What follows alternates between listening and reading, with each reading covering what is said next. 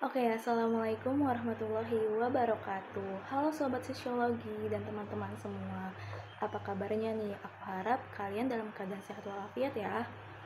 Nah, dalam video kali ini aku akan membahas sesuatu yang berbeda nih dari kemarin. Tapi sebelum itu izinkan aku perkenalan diri terlebih dahulu ya. Oke, aku Duha Zakira dari Program Studi Pendidikan Sosiologi kelas B dengan NIM 14056240082 Fakultas Ilmu Sosial dan Hukum Universitas Negeri Jakarta. Nah, sebelumnya saya ingin berterima kasih kepada Bapak Syefuddin dan Bu Ike selaku dosen pengampu mata kuliah Sosiologi Organisasi Pendidikan.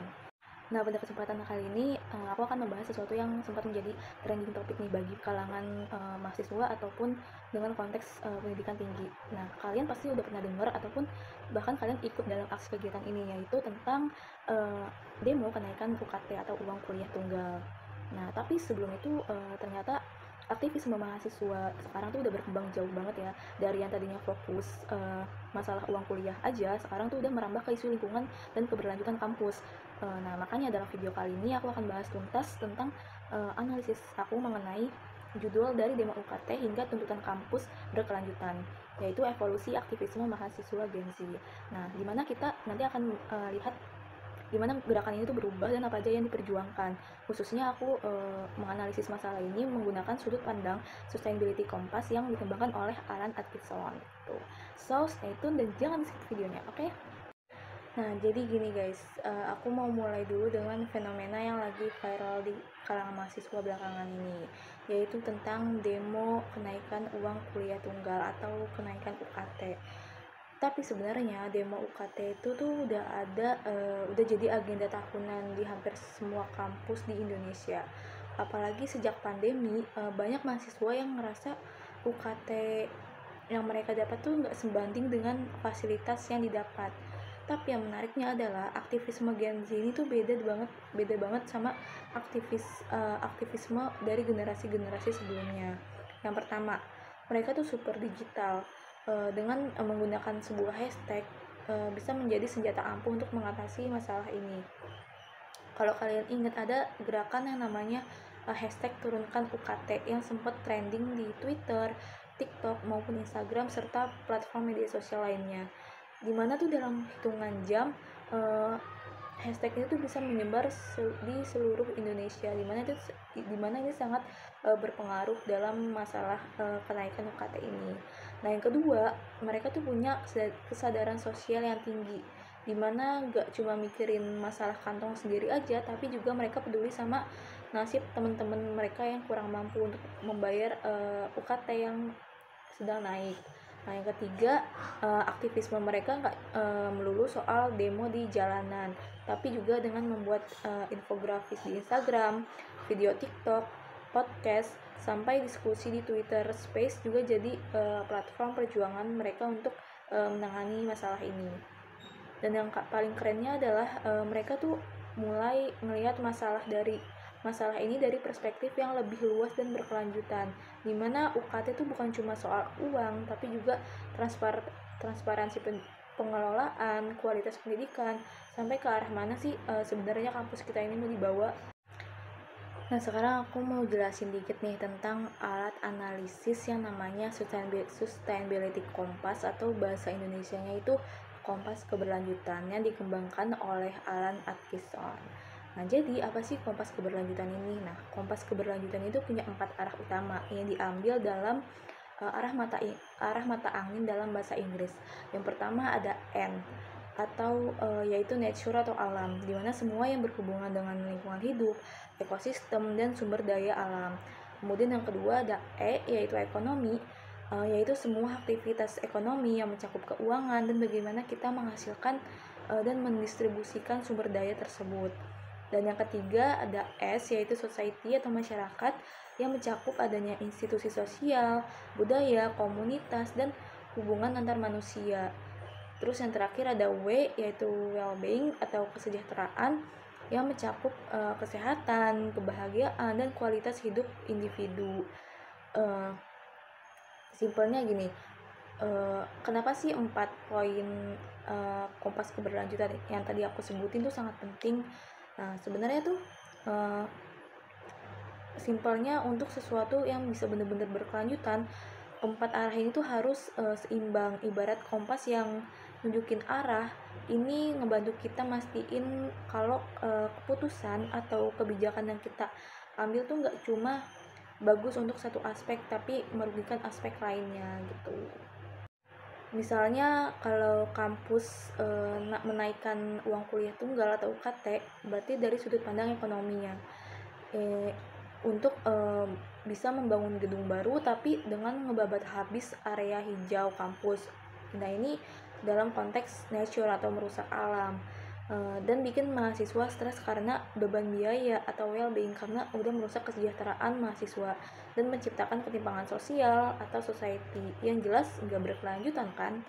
Nah, tapi Gen Z ini tuh sangat keren mereka mulai pakai framework ini semacam ini untuk mengkritisi kebijakan kampus. Nah, selanjutnya tuh analisis tuntutan mahasiswa dengan sustainability kompas ini. Nah, sekarang aku bakal analisis gimana sih tuntutan mahasiswa Gen Z kalau dilihat pakai kacamata kompas keberlanjutan ini. Yang pertama dari sisi N atau nature-nya. Dulu tuh jarang banget ada demo mahasiswa yang bahas soal lingkungan kampus, tapi sekarang mahasiswa tuh udah nuntut yang namanya penghijauan kampus, pengurangan sampah plastik, energi terbarukan, bahkan sampai investasi kampus yang bebas dari fossil fuel. Contohnya tuh misalnya ada gerakan #kampus hijau yang lagi viral di beberapa kampus besar. Nah, kemudian yang kedua dari sisi ekonomi. Dulu fokus demonya itu cuma turunin UKT aja, tapi sekarang banyak mahasiswa yang mulai nuntut transparansi anggaran, alokasi dana yang adil, program bantuan yang tepat sasaran, bahkan sampai mempertanyakan investasi endowment fund kampus. Sebagai contoh, gerakan #transparansi anggaran yang muncul di beberapa kampus di Indonesia. Kemudian yang ketiga ada atau society. Nah, dulu tuh demo sering banget dianggap bersifat sporadis dan reaktif.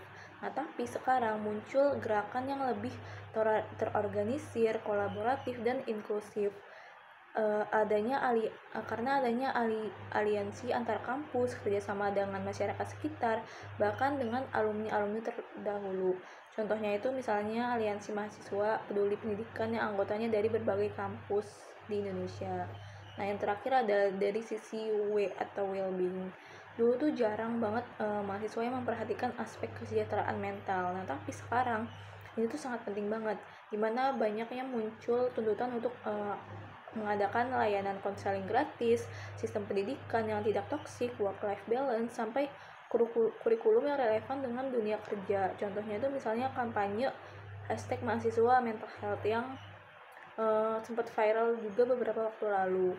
Nah, sebenarnya kalau dipikir-pikir tuh tuntutan mahasiswa sekarang jauh lebih komprehensif dan berkelanjutan, dimana mereka tuh nggak cuma mikirin diri sendiri aja atau masalah jangka pendek, tapi juga masa depan kampus dan masyarakat secara keseluruhan gitu teman-teman.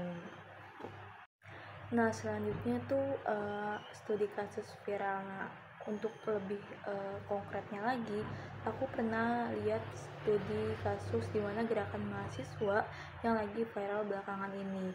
Kalian pasti tahu kan tentang gerakan Green Campus Now yang dimulai di salah satu kampus top di Indonesia yang terus menyebar ke puluhan kampus lain.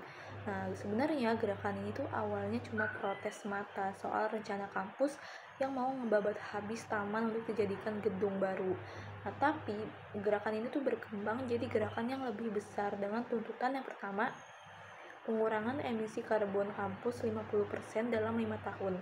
Yang kedua, divestasi dari perusahaan fossil fuel. Yang ketiga, kurikulum yang mengintegrasikan isu keberlanjutan di semua jurusan. Selanjutnya, kantin yang menyediakan opsi makanan lokal dan berkelanjutan. Transportasi kampus yang ramah lingkungan. Dan yang kerennya lagi adalah mereka ini juga bikin gerakan itu nggak cuma teriak-teriak doang, tapi mereka juga bikin proposal lengkap, riset, sampai alternatif solusi. dimana mereka mengkombinasikan demo fisik ini tuh dengan kampanye digital yang kreatif, sampai beberapa rektor akhirnya mau duduk bareng dan mempertimbangkan usulan mereka. Nah, itu adalah contoh nyata bagaimana aktivisme mahasiswa Gen Z udah berevolusi dari sekedar protes UKT biasa jadi gerakan yang lebih visioner dan berkelanjutan. Nah, oke guys, jadi itu tadi analisis aku tentang evolusi aktivisme mahasiswa Gen Z dan dari yang tadinya fokus di masalah UKT doang, jadi sekarang sudah berkembang menjadi tuntutan kampus berkelanjutan yang lebih komprehensif. Yang bisa kita pelajari dari fenomena ini adalah bagaimana sustainability kompas tuh bisa dijadikan alat bantu yang powerful untuk menganalisis dan memformulasikan tuntutan yang lebih holistik, bukan cuma soal uang saja, tapi juga soal lingkungan, masyarakat, dan kesejahteraan. Nah, menurut aku juga ini tuh pertanda bagus bagi generasi Z ini. Nggak cuma peduli, dimana mereka nggak cuma peduli sama masalah jangka pendek, tapi juga peduli tentang masa depan dari dan kampus harusnya tuh jadi tempat dimana nilai-nilai keberlanjutan itu ditanamkan dan dipraktekkan. So, buat kalian yang masih kuliah, coba deh lihat kampus kalian dari kacamata kompas keberlanjutan ini. Apakah udah seimbang atau belum? Kalau belum, mungkin kalian yang bakal jadi pionir perubahan berikutnya nanti. Nah, oke deh, segini dulu video dari aku kali ini.